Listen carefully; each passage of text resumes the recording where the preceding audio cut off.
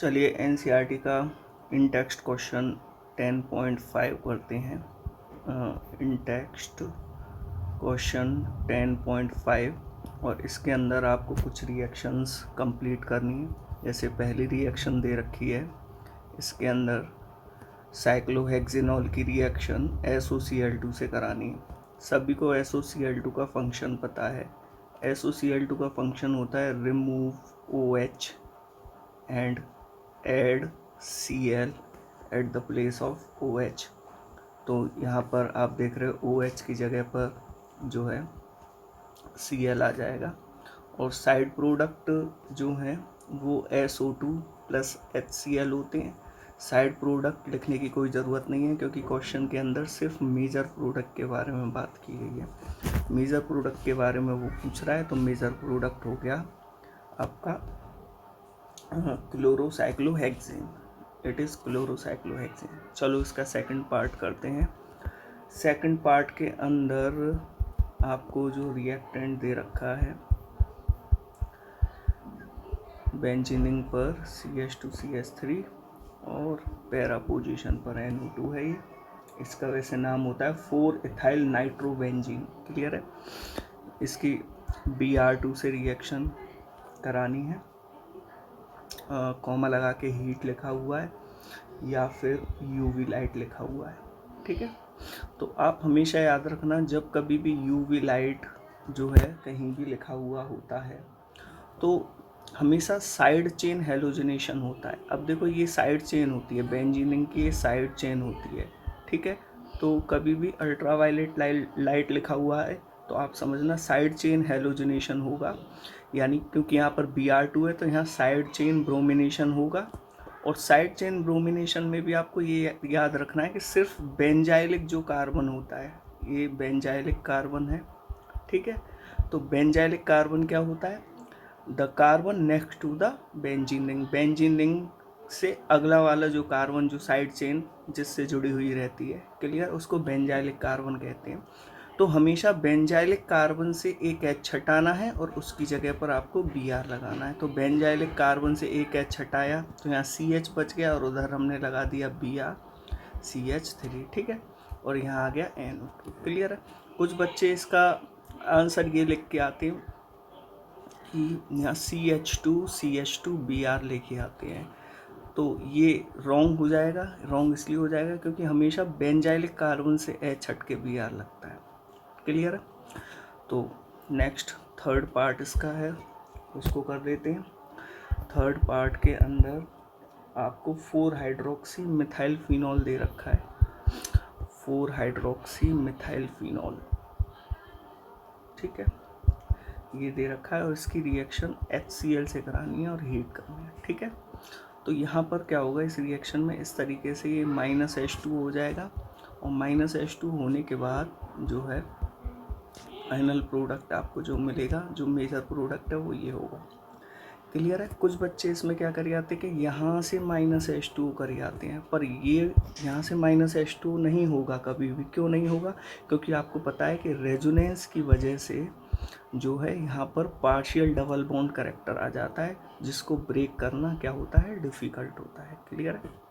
इसलिए -H2 यहाँ से होगा जो मैं आपको दिखा रहा हूँ। ठीक है। चलिए नेक्स्ट क्वेश्चन जो है इसका जो फोर्थ पार्ट है, फोर्थ पार्ट में आपको 1-मिथाइल साइक्लोहेक्सीन दे रखा है। दिस इज़ 1-मिथाइल साइक्लोहेक्सीन और इसकी HI से रिएक्शन करानी है। तो आपको यहाँ पर मार्कोनिकॉफ रूल का यूज़ करके HI को ऐड करना है डबल बॉन्डेड कार्बन से। अब आपको पता है कि यहाँ पर CH होगा और यहाँ पर C ही रहेगा केवल। ठीक है। अब ये पॉजिटिव पार्ट और नेगेटिव पार्ट, आपको पता है मार्कोनिकॉफ रूल कि पॉजिटिव पार्ट उस डबल बॉन्डेड कार्बन पर जुड़ता है जहाँ पर ज़्यादा हाइड्रोजन होते हैं, जबकि नेगेटिव पार्ट HI का नेगेटिव पार्ट वहाँ उस डबल बॉन्डेड कार्बन पर जुड़ेगा जहाँ पर कम हाइड्रोजन होंगे। तो इस तरीके से HI का एडिशन कर देंगे हम डबल बॉन्डेड कार्बन पर और उसके बाद आपको रिजल्टिंग कंपाउंड जो मिलेगा वो ये रहेगा। ठीक है। अगर आप इसका नाम जानना चाहते हैं तो इसका नाम है 1-आइडो 1-मिथाइल साइक्लोहेक्सीन। ठीक है। चलिए इसका फिफ्थ पार्ट पार्ट करते हैं, that is CH3CH2 Br plus NaI। ठीक है, अब देखिए ये बेसिकली फिंकलस्टीन रिएक्शन है। फिंकलस्टीन रिएक्शन प्रीवियस वीडियोस में जाके देख लेना, मैंने ये एक्सप्लेन की है। ये एक हेलोजन एक्सचेंज रिएक्शन है और इसके अंदर Br की जगह I और I की जगह Br, यानी हेलोजन एक्सचेंज हो जाएंगे और उसके बाद यहाँ जो मेन प्रोडक्ट बनेगा वो है CH3CH2I, यानी Br की जगह पर I आ जाएगा। ठीक है, चलिए इसका जो हमारा लास्ट पार्ट है उसे भी कर लेते हैं। और इसका जो लास्ट पार्ट है, 6th पार्ट, उसके अंदर आपको साइक्लोहेक्सीन दे रखा है और उसकी रिएक्शन आपको Br2 से करानी है एंड हीट या UV लाइट। क्लियर है। अब UV लाइट दे रखी है, जब कभी भी आपको UV लाइट दे रखी हो तो डबल बॉन्डेड कार्बन को तो बिल्कुल नहीं छेड़ना है आपको। ठीक है, हमेशा सिंगल बॉन्डेड कार्बन के साथ ही आपको डीलिंग करनी है। अब जैसे कि ये सिंगल बॉन्डेड कार्बन है, यहाँ पर CH2 लगा हुआ है, तो बस आपको क्या करना है कि यहाँ से एक H हटाना है और उसकी जगह पर Br लगा देना है। ठीक है, तो इस तरीके से ये Br। कुछ बच्चे इसका आंसर ये दे आते हैं डबल बॉन्डेड कार्बन पर एक एक Br जोड़ आते हैं, तो वो रॉन्ग हो जाएगा। अल्ट्रावायलेट लाइट है तो डबल बॉन्डेड कार्बन को नहीं छेड़ना, केवल सिंगल बॉन्डेड कार्बन से ही डील करना है आपको। ठीक है, चलिए अब नेक्स्ट क्वेश्चन करते हैं। NCERT का क्वेश्चन है 10.6। ठीक है, और इसमें आपको अरेंज करने कुछ एलिमेंट्स दे रखे हैं, उनको अरेंज करना है इन इंक्रीजिंग बॉइलिंग पॉइंट। ठीक है, आपको नंबर 1 में एक तो दे रखा है ब्रोमोमीथेन। ब्रोमोमीथेन होता है CH3Br। ठीक है, फिर आपको दे रखा है ब्रोमोफॉर्म। ब्रोमोफॉर्म होता है CHBr3। फिर आपको दे रखा है क्लोरोमीथेन CH3Cl। फिर आपको दे रखा है डाइब्रोमोमीथेन CH2Br2। अब ये तो आपको पता ही है कि मॉलिक्यूलर मास जिसका ज़्यादा होता है, मोलर मास जिसका ज़्यादा होता है, ठीक है, उसका बॉइलिंग पॉइंट ज़्यादा होता है। एक कंसेप्ट तो आपको ये ध्यान रखना। अब सीधी सी बात है कि मोलर मास ऑफ Br जो है Cl से ज़्यादा होता है, तो इसका मतलब जितने भी हमारे पास ब्रोमो वाले कंपाउंड हैं उनका बॉइलिंग पॉइंट जो है क्लोरो वाले से तो ज़्यादा ही होगा। क्लियर है, क्योंकि molar mass of Br is greater than Cl, यानी सबसे कम बॉइलिंग पॉइंट जो है CH3Cl का ही होगा। ठीक है, अब उसके बाद इन तीनों के बीच की लड़ाई है, तो यहाँ पर सेकंड कंसेप्ट जो यूज़ होगा वो ये कि नंबर ऑफ Br जितने ज़्यादा होंगे, ठीक है, मोलर मास उतना ही ज़्यादा होगा और बॉइलिंग पॉइंट भी उतना ही ज़्यादा होगा। तो इन तीनों के अंदर कंपेयर करें तो सबसे ज़्यादा Br किसके पास है, CHBr3 के पास, तो सबसे ज़्यादा बॉइलिंग पॉइंट इसका। फिर उससे कम हो गया CH2Br2 का, और फिर उससे कम हो गया जो है CH3Br। तो ये ऑर्डर समझ में आया। चलिए नेक्स्ट करते हैं। इसका एक और पार्ट है, सेकंड पार्ट। इसमें आपको एक तो दे रखा है 1 क्लोरोप्रोपेन, यानी CH3CH2CH2Cl। ठीक है, फिर आपको दे रखा है आइसोप्रोपाइल क्लोराइड। ठीक है, दिस इज आइसोप्रोपाइल क्लोराइड। और फिर आपको दे रखा है 1 क्लोरोब्यूटेन। ठीक है, तो 1 क्लोरोब्यूटेन ये हो गया। क्लियर है। अब आपको पता है कि इसके अंदर 4 कार्बन और 1 Cl है, और बाकी इन दोनों के अंदर जो है 4 कार्बन और 1 Cl। और अगर मैं हाइड्रोजन भी इंक्लूड करूं तो 3 और 2 5, 2 7 और 2 9 हाइड्रोजन है। और इधर आप बात करेंगे भाई ये दोनों तो आइसोमर हैं तो हाइड्रोजन सेम ही होंगे, 3 2 5 और 2 7 हाइड्रोजन। क्लियर। तो सीधी सी बात है, मोलर मास किसका ज़्यादा होगा, इस वाले का मोलर मास सबसे ज़्यादा होगा, तो इसका बॉइलिंग पॉइंट सबसे ज़्यादा होगा। अगर मैं इसे A लिखूँ, इसे B लिखूँ और इसे C, तो सबसे ज़्यादा बॉइलिंग पॉइंट उसी का होगा जिसका मोलर मास सबसे ज़्यादा है। तो 1 क्लोरोब्यूटेन का बॉइलिंग पॉइंट सबसे ज़्यादा होगा। उसके बाद फिर अब बात हुई A और B में से किसको देखें।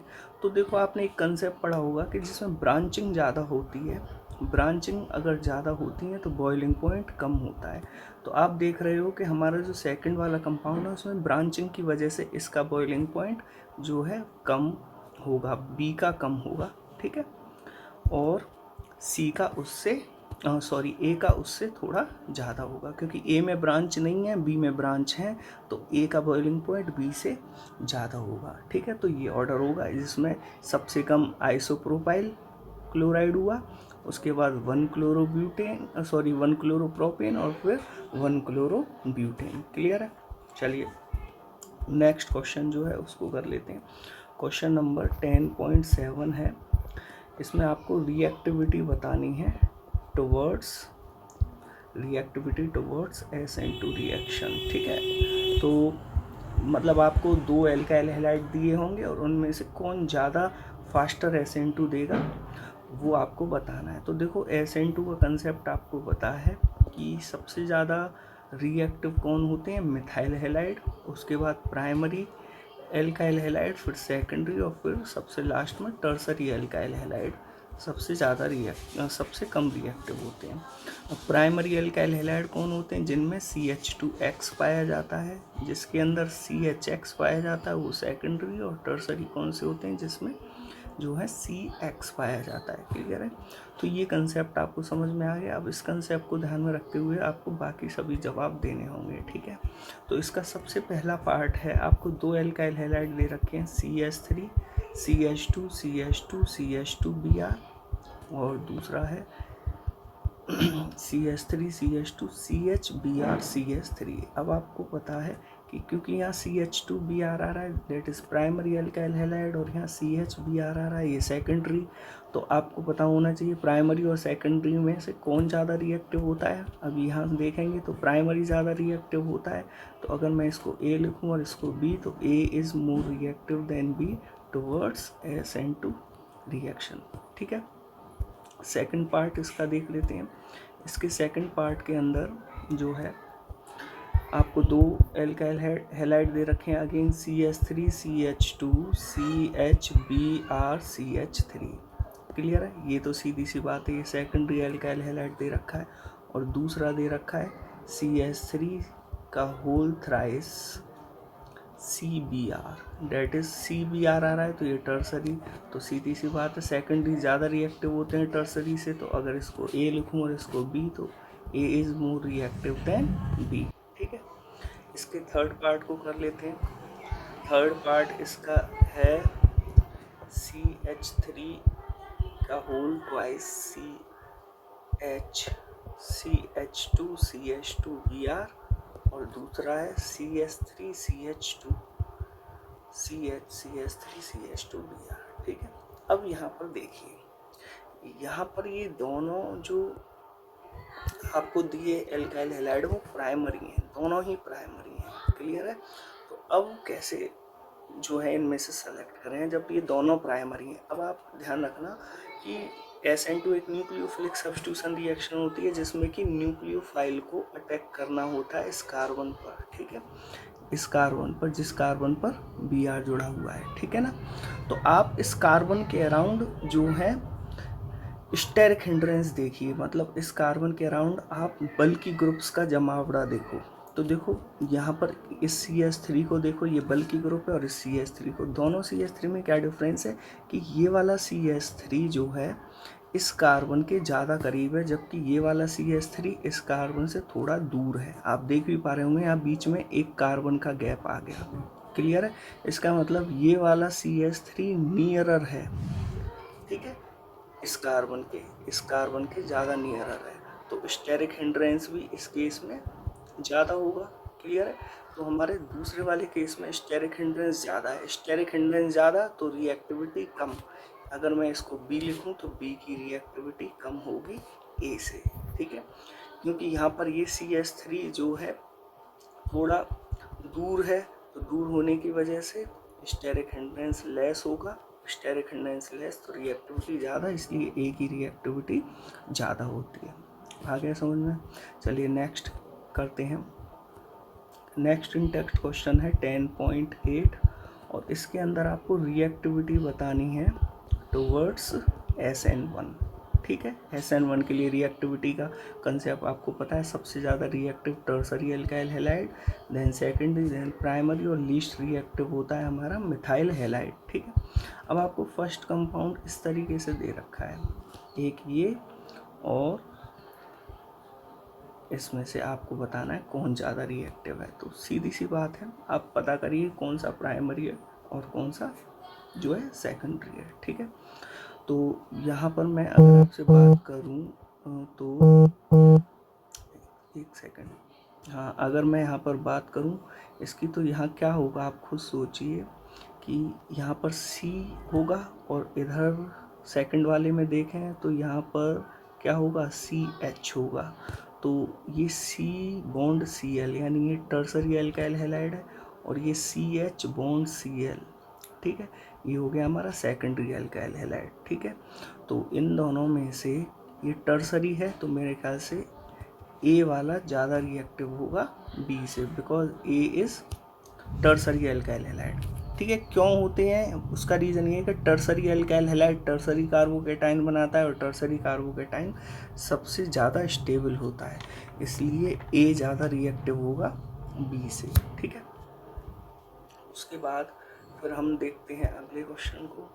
तो इसका सेकंड पार्ट जो है, सेकंड पार्ट वो आपको दो कंपाउंड जो दे रखे हैं, वो एक तो दे रखा है आपको इस तरीके से, क्लियर है, और दूसरा कंपाउंड आपको ये दे रखा है। ठीक है। पता करिए सेकेंडरी है या टर्सरी है या प्राइमरी है। तो यहाँ पर होगा CH और यहाँ पर होगा CH2। तो ये CHCl का मतलब सेकेंडरी, और CH2Cl का मतलब प्राइमरी। तो आपको पता है सेकेंडरी ज़्यादा रिएक्टिव होते हैं SN1 के लिए, तो इसका मतलब इसको A लिखूँ और B लिखूँ, तो A is greater than B, यानी A ज़्यादा रिएक्टिव होगा किससे, B से। ठीक है। तो इस तरीके से ये हमारा क्वेश्चन हो गया। अब देखो एक लास्ट इन टेक्स्ट क्वेश्चन और है, वो है 10.9, और इसमें आपको आइडेंटिफाई करना है, पहचान करनी है ABCDER और R' की पहचान करनी है। ठीक है ना। इसमें बहुत सारी रिएक्शंस दे रखी हैं, जैसे पहली रिएक्शन दे रखी है आपको cyclohexyl bromide plus Mg arrow पर ड्राई ईथर। ठीक है। तो क्या बनेगा, मतलब ये A दे रखा है, यानी A की पहचान करनी है, क्या बनेगा। तो देखो आपको पता है यहाँ ग्रिग्नार्ड रीजेंट बनेगा, ठीक है, और यहाँ बन जाएगा, इधर आ जाएगा MgBr, यानी साइक्लोहेक्साइल मैग्नीशियम ब्रोमाइड। ठीक है, या इसको हम ग्रिग्नार्ड रीजेंट कहते हैं। ये हो गया हमारा A। ठीक है। फिर वो H2O से रिएक्शन करा रहा है, और H2O से रिएक्शन कराने के बाद B बनता है, तो आपको B की पहचान करनी है, B क्या होगा। ठीक है। तो देखिए H2O को आप इस तरीके से स्प्लिट कर लीजिए, H और OH। तो आप क्या करेंगे कि MgBr को तो OH के साथ ले जाइए। ठीक है। ये तो रिमूव हो जाएगा एज अ साइड प्रोडक्ट, और अब क्या बच गया, आपका बच गया साइक्लोहेक्साइल, और उससे ये H कनेक्ट हो जाएगा। कुल मिला के आपका जो B है वो साइक्लोहेक्सेन है, ये बन जाएगा, डेट इज साइक्लोहेक्सेन। तो A और B की पहचान हो गई। A तो है हमारा ग्रिग्नार्ड रीजेंट और B है हमारा साइक्लोहेक्सेन। ठीक है। अब देखिए, अब हम इसी में ही एक और रिएक्शन दे रखी है, उसको करते हैं। ये हमें RBr, ठीक है, कोई हमें एल्काइल ब्रोमाइड दे रखा है प्लस Mg और उस पर ड्राई ईथर। ठीक है। तो मुझे ये साफ साफ वुर्ज रिएक्शन दिख रही है, आपको C की पहचान करनी है। तो देखो आपको पता है वुर्ज रिएक्शन कैसे होती है, RBr, ठीक है, सॉरी वुर्ज रिएक्शन नहीं, ये मैग्नीशियम है ना, तो वुर्ज रिएक्शन नहीं होगी। मैग्नीशियम के साथ तो हमेशा ग्रिग्नार्ड रीजेंट की रिएक्शन होती है। ठीक है। तो यहाँ पर RMgBr हो जाएगा, ग्रिग्नार्ड रीजेंट बन जाएगा। ठीक है। वुर्ज रिएक्शन तो तब होती है जब यहाँ सोडियम होता, क्लियर है। तो यहाँ RBr प्लस Mg, तो आपका प्रोडक्ट बन गया RMgBr, that is Grignard reagent. ये हो गया आपका C। ठीक है। अब फिर वो कह रहा है इसकी D2O से रिएक्शन करानी है। D2O यानी हैवी वाटर, और इसमें D जो है हाइड्रोजन का आइसोटोप है जिसको ड्यूटेरियम कहते हैं, ठीक है। अब D2O से रिएक्शन कराएंगे तो क्या होगा, तो D2O को आप स्प्लिट कर लीजिए D और OD इस तरीके से। तो आप अगर यहाँ से MgBr और OD को अलग कर दें यहाँ से, तो सिर्फ क्या बच जाएगा, RD बच जाएगा। क्लियर है, आ गया समझ में। अब जो RD है इसकी जगह क्वेश्चन में आपको क्या दे रखा है, CH3CH3। क्लियर है, ये दे रखा है। तो अब आप इन दोनों को आपस में कंपेयर करो तो ये बात क्लियर है कि हमारा R क्या होगा, R इतना वाला हिस्सा होगा। तो इस तरीके से R जो होगा हमारा वो आइसोप्रोपाइल होगा, CH3CH3, ठीक है। तो R की पहचान हो गई हमारी। क्लियर है, C तो है हमारा RMgBr, ठीक है। और R यहाँ जो हम यूज़ कर रहे हैं वो R क्या हो गया, आइसोप्रोपाइल ब्रोमाइड हो गया, ठीक है ना, समझ में आया। अब उसके बाद फिर जो है हमें एक और रिएक्शन दे रखी है इसी के अंदर। वो लास्ट रिएक्शन क्या है उसको देख लेते हैं कि हमें R-X दे रखा है और उसकी Na ईथर से रिएक्शन कराते हैं। देखो अभी मैं वुड्स रिएक्शन की बात कर रहा था, वुड्स रिएक्शन यहाँ पर आ गई, वुड्स रिएक्शन। और फिर यहाँ Mg से रिएक्शन कराई है तो यहाँ D बन रहा है, फिर H2O से रिएक्शन करा रहे हैं तो E बन रहा है। और यहाँ पर आपको ये जो कंपाउंड है वो इस तरीके से दे रखा है, ठीक है।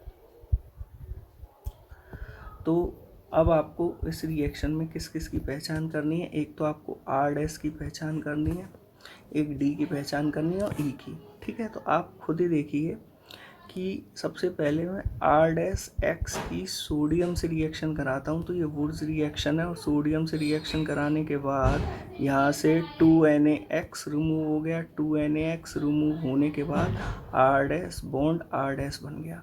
अब ये R- बॉन्ड R- की जगह हमें क्वेश्चन में ये दे रखा है तो हम उसको कंपेयर करते हैं इससे, ठीक है। कंपेयर करते हैं, क्या करते हैं, ठीक है, कंपेयर करते हैं तो हमें R- पता चल जाएगा, ठीक है। कंपेयर करने के बाद हमें जो है R- जो है वो मिल गया CH3 का होल थ्राइस C, ठीक है। ये मिल गया, मतलब ये वाला हिस्सा, इतना हिस्सा, यहाँ बीच में C है ना, तो ये CH3 का होल थ्राइस C, ये हो गया हमारा R-। क्लियर है। अब हमें D फाइंड आउट करना है तो हम R-X की रिएक्शन Mg से कराते हैं, ठीक है। तो R-X की रिएक्शन Mg से कराएंगे तो R-Mg X बन जाएगा, डेट इज अवर D। और D बनने के बाद फिर H2O से रिएक्शन कराते हैं तो H2O को हम ब्रेक कर लेंगे H और OH से। तो यहाँ पर R-H बन गया, R-H इज अवर E, ठीक है।